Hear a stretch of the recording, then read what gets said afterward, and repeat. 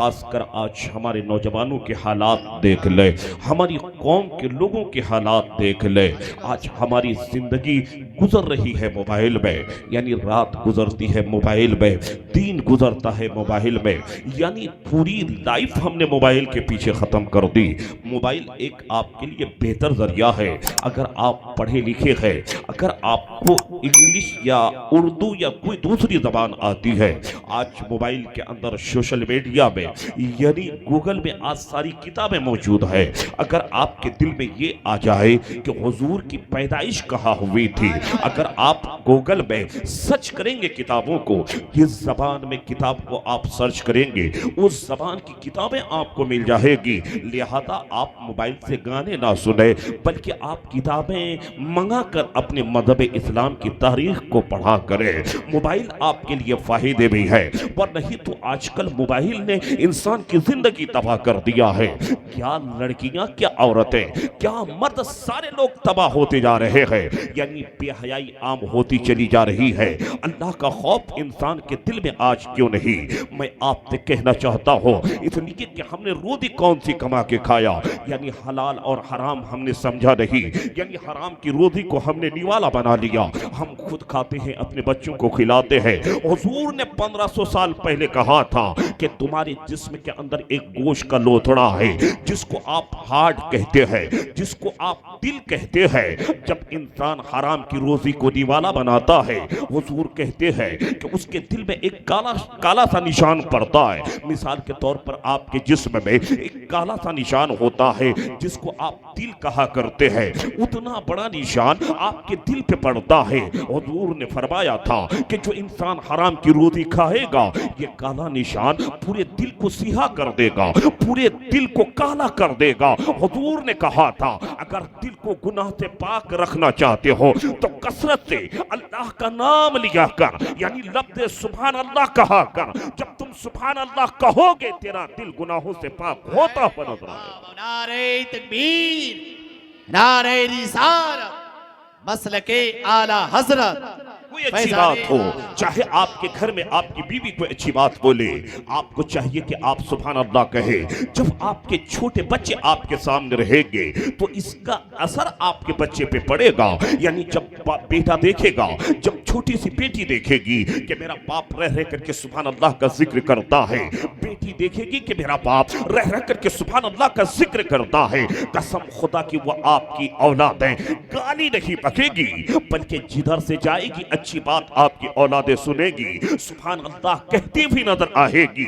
پر نہیں تو آج باپ گالی دے رہا ہے، ماں گالی دے رہی ہے، آپ کی اولادیں گالی دیتی بھی نظر آتی ہے. علامہ سجاد عالم سرور رشیدی مرداد پوری الحمدللہ جو پورے علاقے کے قائد ہے، جو استاد العلماء ہے، ایک زمانے کے قدیم زمانے کے عالم جو ہمارے اکابرین میں شمار کیے جاتے ہیں، جب وہ جاتے ہیں ایک 5 سال کا بچہ گالی ایسی غلیظ دیتا ہے کہ وہ سننے کے بعد یہی کہتا ہے یہ بچہ کس کا ہے؟ کہنے والا کہتا ہے فلانے کا بیٹا ہے، فلانے کی بیٹی ہے. یعنی اگر آپ کی اولادیں بگڑتی ہے تو اس کا ذمہ دار اس کے والدین ہے. اگر اولادوں کے مستقبل کو آپ بہتر بنانا چاہتے ہیں تو پہلے باپ کو اچھی عادت کا مالک بننا پڑے گا، ماں کو اچھے کردار کی ملکہ بننا پڑے گی. جب ماں باپ اچھے ہو جائیں گے تو ان کی اولادیں بھی اچھی ہوتی ہوئی نظر آئے گی. اس لیے موبائل میں زندگی تباہ نہ کرے، موبائل میں غلط چیزوں کو آپ نہ دیکھیں. بلکہ حضور نے 1500 سال پہلے کہا تھا کہ جو شخص مجھ پہ میں اس شخص کے ساتھ قیامت کے دن مصافحہ کروں گا. صحابہ نے جب اتنا سنا صحابہ تڑپ گئے. اس عظمت اولیاء کانفرنس سے پیغام آپ لے کر کے جائے، کم سے کم اس حدیث کے مفہوم کو آپ یاد رکھیں. حضور نے کہا تھا کل قیامت کے دن میں اس شخص کے ساتھ مصافحہ کروں گا. صحابہ نے کہا یا رسول اللہ فدا کا ابی و ابا، میرے ماں باپ آپ پہ قربان. قیامت کے دن وہ کون خوش نصیب انسان ہوگا جس کے ساتھ آپ مصافحہ کریں گے، جس کے ساتھ آپ ہاتھ ملائیں گے.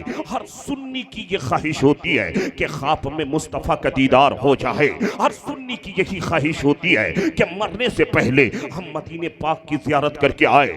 جو پیسہ والا ہے وہ بھی یہی سوچتا ہے ہے کہ ہم مدینہ شریف دیکھ آئے، جس کے پاس پیسے نہیں ہے، جو جھوپڑ پٹی میں رہتا ہے، اس کی بھی یہی خواہش ہوتی ہے کہ ہم مدینہ شریف دیکھ آئے۔ آپ مرزاد پور کے رہنے والے علامہ سجاد صاحب کے پیچھے آپ 5 وقت کی نماز پڑھتے ہیں، اپنے علاقے اپنے گاؤں کے حفاظ کے پیچھے آپ 5 وقت کی نماز پڑھتے ہیں، لیکن جب آپ سے یہ سوال کیا جاتا ہے آپ کی تمنا کیا ہے، تو ہر انسان یہی کہتا ہے کہ مرنے سے پہلے دیار رسول کی زیارت کر کے آؤں۔ ہر سنی یہی کہتا ہے ایک روز ہوگا جانا سرکار کی گلی میں، ہوگا وہی ٹھکانہ سرکار کی گلی میں، دل میں نبی کی یاد ہے، لبے نبی کی نعت ہے، جانا تو ایسے جانا سرکار کی گلی میں۔ انسان کے پاس کچھ نہیں ہے لیکن وہ دنیا والوں سے کہتا ہے، علامہ سجاد صاحب سے کہتا ہے وہ پاس کچھ نہیں ہے لیکن یہ دیکھ لے گا ایک دن ہمیں زمانہ سرکار کی گلی میں۔ حضور سے محبت کرے، حضور نے کہا تھا میں اس شخص کے ساتھ مصافحہ کروں گا۔ صحابہ کہتے ہیں یا رسول اللہ قیامت کے دن آپ کس سے مصافحہ کریں گے، وہ کون خوش نصیب انسان ہوگا؟ ذرا غور سے سنیں، حضور فرماتے ہیں اے صحابہ سن، جو سورج نکلنے کے بعد سے سورج غروب ہونے کے پہلے تک روزانہ مجھ پر 50 مرتبہ درود پاک پڑھے گا، میں قیامت کے دن اس کے ساتھ مصافحہ کروں گا۔ اے لوگو، اس لیے جب آپ گھر بیٹھے رہتے ہیں گانا نہ سنیں، حضور پہ درود پڑھا کریں۔ آپ مستری کا کام کرتے ہیں، آپ ٹینکی کا کام کرتے ہیں، موبائل میں گانا لگا کر کے آپ گانا سنتے ہیں اور آپ ٹینکی کا کام کرتے ہیں۔ نہیں، آپ گانا سنتے ہوئے ٹینکی کا کام نہیں، دیوار کا کام نہیں، مستری کا کام نہیں، بلکہ حضور کہتے ہیں روزانہ مجھ پہ 50 مرتبہ درود پاک پڑھ۔ اللہ کے حبیب کہتے ہیں قیامت کے دن میں تم سے مصافحہ کروں گا۔ اب اس حدیث پاک پہ عمل کریں کہ اب ہم گانا سنتے سنتے ٹینکی کا کام نہیں کریں گے، گانا سنتے سنتے کوئی دیوار کھڑی نہیں کریں گے بلکہ ٹینکی کا کام کریں گے، تو حضور پہ درود پڑھتے رہیں گے، کام کرتے رہیں گے۔ زمین میں کام کرتے ہیں، گانا نہیں، حضور پہ درود پڑھتے رہیں۔ اس لیے تو شاعر کہتا ہے ہر درد کی دوا ہے صلی علی محمد، تعویذ ہر بلا ہے صلی علی محمد۔ اگر حضور پہ روزانہ آپ 50 مرتبہ درود پاک پڑھیں گے، حضور کل قیامت کے دن آپ کے ساتھ مصافحہ کریں گے۔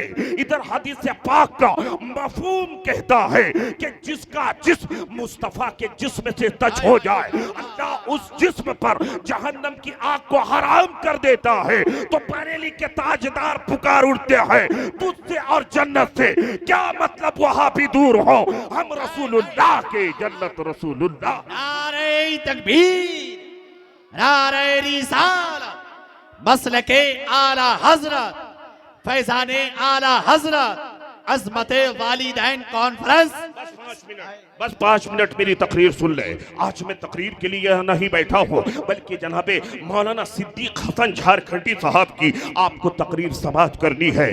جناب شباب یوسفی صاحب آئے ہیں، ان کی نعت آپ کو سماعت کرنی ہے۔ ان علماء کے چہرے کی آپ زیارت کرتے رہے، حضرت علامہ سجاد صاحب کے چہرے کی آپ زیارت کرتے رہے۔ علامہ سجاد اس برانڈ کا نام ہے جس کو حضرت علامہ خطیب مشرق علامہ مشتاق نظامی بے حد پسند کیا کرتے تھے۔ شیر بہار حضرت مولانا غلام یاسین صاحب علی رحمہ انہیں بے حد پسند کیا کرتے تھے۔ اس بران کا نام سجاد مرزاد پوری ہے، ان کے چہرے کی آپ زیارت کرتے رہے۔ میں عرض یہ کر رہا تھا اپنی آخرت کو آپ اپنی آخرت کی تیاری کرے، موت کی تیاری کرے۔ نہ ہمارے پاس نماز کا ثواب ہے، نہ ہمارے پاس روزے کا ثواب ہے، نہ اعمال صالحہ کا ذخیرہ ہے۔ ابھی اور دیکھیے گا حافظ مشفق صاحب 10-12 دن کے بعد جو ابھی انسان اچھا خاصا چلتا ہے، جیسے ہی رمضان کا مہینہ یعنی چاند نکلنے والا ہوگا 1-2 دن پہلے اب وہ انسان یہ بہانہ کرتا ہے میرا گیس بڑھ جاتا ہے، میری ایسیڈیٹی بڑھ جاتی ہے، یعنی میری طبیعت خراب ہو گئی ہے۔ وجہ کیا؟ آپ کہتے ہیں کہ شوگر کا لیول بڑھ گیا ہے، کوئی کہتا ہے میرا پریشر ہائی ہو چکا ہے۔ میں کہنا یہ چاہتا ہوں کیا صرف روزے کے ڈر سے کہ تیرا ایسیڈیٹی تیری بڑھ جائے، تیرا گیس بڑھ جائے، یعنی تو یہ سوچتا ہے کہ ہم رمضان کے روزے نہیں رکھیں گے، یہ بہانہ نمونہ بناتے ہیں. یاد رکھیں اگر آپ کی طبیعت خراب رہتی ہے, اگر آپ کا شوگر ہائی لیول کا رہتا ہے, آپ کا پریشر ہائی رہتا ہے, اگر آپ کو گیس کی بیماری ہوتی ہے یا آپ کو ایسیڈیٹی ہوتی ہے, قسم خدا کی رمضان شریف کے روزے رکھ, دوائی کی ضرورت نہیں پڑے گی. گیس بھی ختم ہو جائے گا, ایسیڈیٹی بھی ختم ہو جائے گی, آپ کا بلڈ پریشر بھی لو رہے گا, آپ کا شوگر ہائی لیول کا نہیں بلکہ رمضان کا روزہ رکھے گا. روزہ رکھنے کی وجہ سے اور اس کی برکت یہ ہوگی کہ آپ کا شوگر بھی ٹھکانے پہ رہے گا, یعنی اپنے لیول پہ رہے گا. تو ضرورت ہے کہ ہم رمضان شریف کے روزے رکھیں. تم نے موت کے لیے تیاری کیا کیا ہے؟ اگر آپ سے پوچھ لیں علامہ مظہر الاسلام, تم نے موت کے لیے کیا تیاری کی ہے؟ لوگوں کی زبان بند ہو جائے گی. آخرت کی آپ تیاری کریں. موت آپ کے لیے باعث برکت بھی ہے, موت آپ کے لیے باعث رحمت بھی ہے, موت آپ کے لیے باعث زحمت بھی ہے. محدثین فرماتے ہیں جب ایک نیک انسان کی موت آتی ہے, اللہ ملک الموت سے کہتا ہے, یعنی حضور پاک حدیث پاک میں فرماتے ہیں, علامہ جلال الدین سیوطی نے حضور پاک کی اس حدیث کو اپنی کتاب میں نقل کیا ہے کہ جب کوئی نیک بندہ مرنے والا ہوتا ہے تو اللہ ملک الموت سے کہتا ہے, اے ملک الموت میرا نیک بندہ مرنے والا ہے, انتقال کا وقت قریب ہو گیا ہے, وہ میرا بندہ نیک ہے, اس کے جسم کے اندر جو روح ہے وہ بھی نیک ہے. اس حدیث پاک کے مفہوم کو سن کر کے اب آپ کو ریزن نکالنا ہے کہ آپ زندگی کیسے گزاریں گے, آپ زندگی کس طریقے سے جیئیں گے. میرے پیر تاج الشریعہ نے کہا تھا, زندگی کے نہیں ہے کسی کے لیے, زندگی ہے نبی کی, نبی کے لیے. نہ سمجھ مرتے ہیں زندگی کے لیے, جینا مرنا سب کچھ ہے نبی کے لیے. اپنی آخرت کی تیاری کریں, اپنی موت کو آپ یاد کریں. موت کو یاد کرنے سے آپ کو ثواب ملا کرتا ہے. وقت نہیں ہے کہ میں تفصیلی گفتگو کروں, آخرت کی آپ تیاری کریں. محدثین کہتے ہیں جس طریقے سے ایک گلاب پھول توڑنے میں کچھ سیکنڈ لگتا ہے, اسی طریقے سے ایک نیک ایمان والا, ایک صاحب ایمان والا, ایک مومن کی روح نکلنے میں اتنا سا وقت لگتا ہے. یعنی کیسے روح نکلتی ہے لوگوں کو پتہ تک نہیں چلتا ہے, لیکن وہی اگر ایک بے ایمان مرتا ہے, وہیں پہ ایک بے ایمان مرتا ہے, وہیں پہ ایک بے نمازی کی موت آتی ہے, تو اللہ پاک پر محدثین نے فرمایا ہے کہ اگر ایک ببول کے کانٹے کا درخت ہے, اس پر تو چادر اگر پھینکے گا, جب تو چادر کو کھینچے گا تو وہ چادر پھٹ جایا کرتی ہے, یعنی کانٹے اس کو پکڑ لیا کرتے ہیں. اس لیے توبہ کر, رب کی بارگاہ میں بندوں کا سب سے زیادہ اور محبوب اگر کوئی لفظ رب کی بارگاہ میں محبوب ترین ہے تو وہ لفظ سے توبہ ہے. توبہ کر لے, رب کی بارگاہ میں اپنی پیشانی کو جھکا دے, خدا کی عبادت میں زندگی گزار. آج ہم کہتے ہیں کہ میرے مصطفیٰ کو معراج ہوئی تھی, حضور نے کہا تھا کہ میں نے ماتھے کے نگاہ سے رب کو دیکھا, یہ میری معراج ہے. اس لیے تو بریلی کے تاجدار کہتے ہیں وہ سرور کشور رسالت جو عرش پہ جلوہ گر ہوئے تھے, نئے نرالے طرف کے صحابہ عرب کے مہمان کے لیے تھے. حضور فرماتے ہیں کہ جب بندہ ہے مومن, رب کا بندہ اپنی پیشانی کو رب کی بارگاہ میں جھکاتا ہے, یعنی آپ اپنی پیشانی کو سجدے میں رکھتے ہیں. آقا نے فرمایا ہے کہ رب کی رحمت جوش پہ آتی ہے. اللہ فرشتوں سے کہتا ہے, اے فرشتوں میرے اور میرے بندے کے درمیان جتنے پردے ہیں تمام پردے کو ہٹا دیا جائے, یعنی میرا بندہ عبادت کرتے ہوئے مجھ کو دیکھے, میں اپنے بندے کو دیکھوں. تو حضور نے کہا تھا میں نے اپنے ماتھے کی نگاہ سے رب کو دیکھا, یہ میری معراج ہے. الصلاۃ معراج المومنین. حضور کہتے ہیں میرا امتی نماز پڑھے, یہ میرے امت کی معراج ہے. نمازیں چھوڑتے ہوئے نظر آ رہے ہیں, حضرت وقت نہیں ہے, بس آخرت کی آپ تیاری کریں, موت کی تیاری کریں. آپ کو کیسی موت چاہیے؟ اللہ وقت پر میرے آقا کہتے ہیں کہ اللہ ملک الموت سے کہتا ہے, اے ملک الموت جا میرے نیک بندے کی نیک روح نکال کے لے کے آ. یعنی مرنے والا بھی نیک, اس کے جسم کے اندر جو روح ہے وہ بھی نیک ہے, اس لیے جا. حضور کہتے ہیں جیسے ہی اللہ ملک الموت سے کہتا ہے, ملک الموت کہتا بارے الہ تیرا حکم ہے میں جا رہا ہوں. حضور کہتے ہیں رب کی بارگاہ سے آواز آتی ہے, اے ملک الموت مرنے والا نیک بندہ, اس کے اندر جو روح ہے وہ نیک ہے. جب تو اکیلے نہیں جائے گا، بلکہ جا جنت کی وادی میں چلا جا، جنت کی وادی سے 50,000 رحمت کے فرشتے کو ساتھ لے لے۔